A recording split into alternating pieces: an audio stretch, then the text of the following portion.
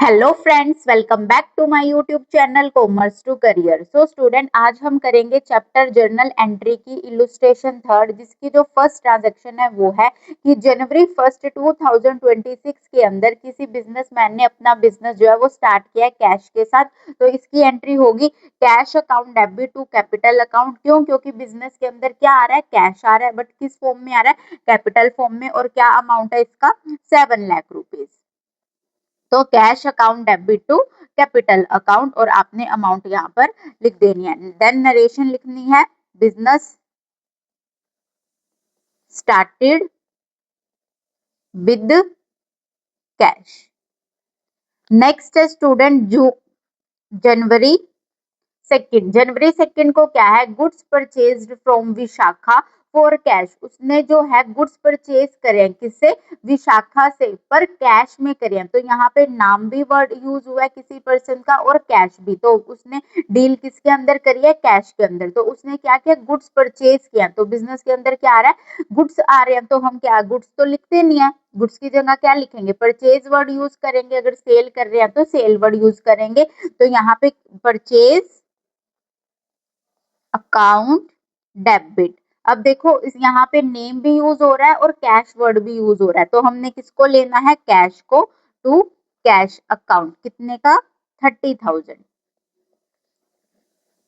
Narration लिखेंगे, purchase goods for cash. अगर यहाँ पे कैश वर्ड ना होता, सिंपल नेम होता, तो यहाँ पे हम कैश की जगह विशाखा वर्ड जो है यूज करते।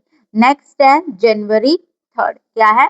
गुड्स परचेज्ड फ्रॉम नीलम। अब देखो, इस वाली एंट्री के अंदर क्या बोल रहा है कि उसने गुड्स परचेज करे किससे? नीलम से। आगे कुछ नहीं है कि उसने कैश में परचेज करे हैं या कोई वर्ड ही नहीं है। तो मतलब उस पर्सन का सिर्फ नाम है, मतलब वो पर्सन हमारा क्या है? क्रेडिटर है, क्योंकि हमने उसमें उससे हमने क्या किया है? उधार में सामान लिया है। तो बिजनेस के अंदर क्या आ रहे हैं? गुड्स। तो परचेज करे हैं, purchase account debit to name है, तो सीधा नेम लिखेंगे, to Neelam and to Neelam. अब नीलम के पीछे हम अकाउंट वर्ड तो यूज करेंगे नहीं, क्योंकि ये एक पर्सन का नेम है, और पर्सन के नेम के पीछे जो है अकाउंट वर्ड यूज नहीं होता।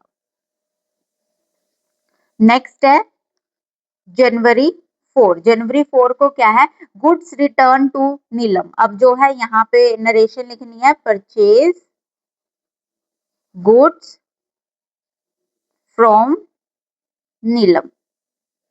अब नेक्स्ट है जनवरी 4 को क्या बोल रहा है कि गुड्स रिटर्न टू नीलम। अब यानी कि ऊपर वाली एंट्री में हमने नीलम से गुड्स परचेज करे थे, बट अब नीचे वाली में हमने उसको रिटर्न कर दिए हैं कुछ गुड्स, ठीक है।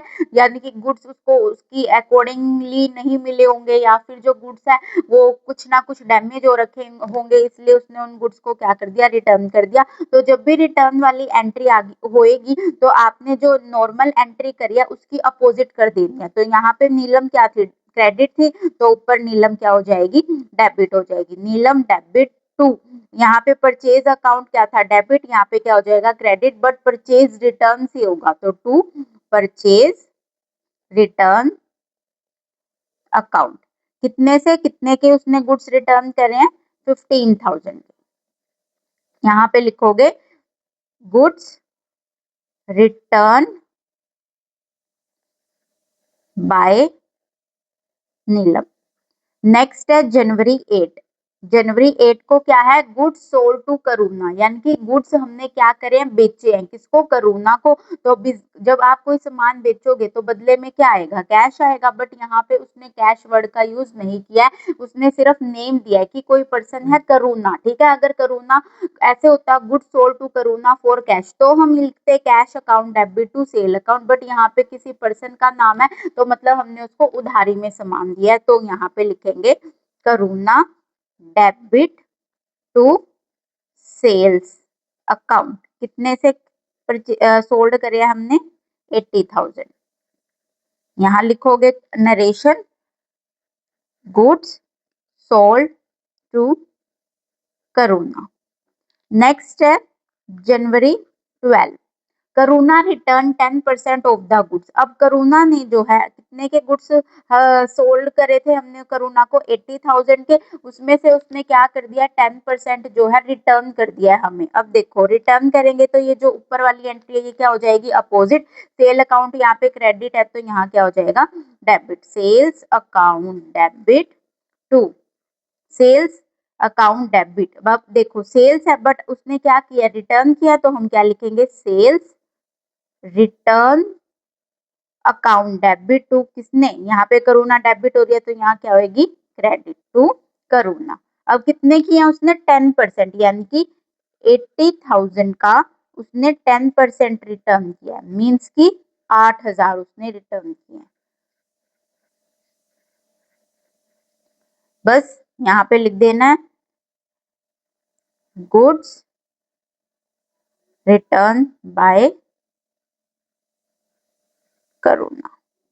ठीक है स्टूडेंट, अब आपने इसका टोटल कर देना है, दोनों का जो बैलेंस होगा वो इक्वल आना चाहिए, यानी कि जो दोनों साइड है डेबिट भी और क्रेडिट भी वो दोनों इक्वल आनी चाहिए। अगर आप इसका टोटल करोगे तो 7,30,000 2,20,000 1,500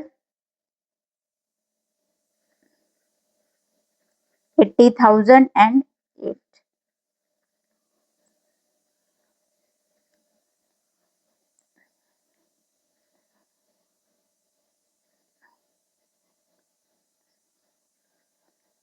तो ये आएगा 953।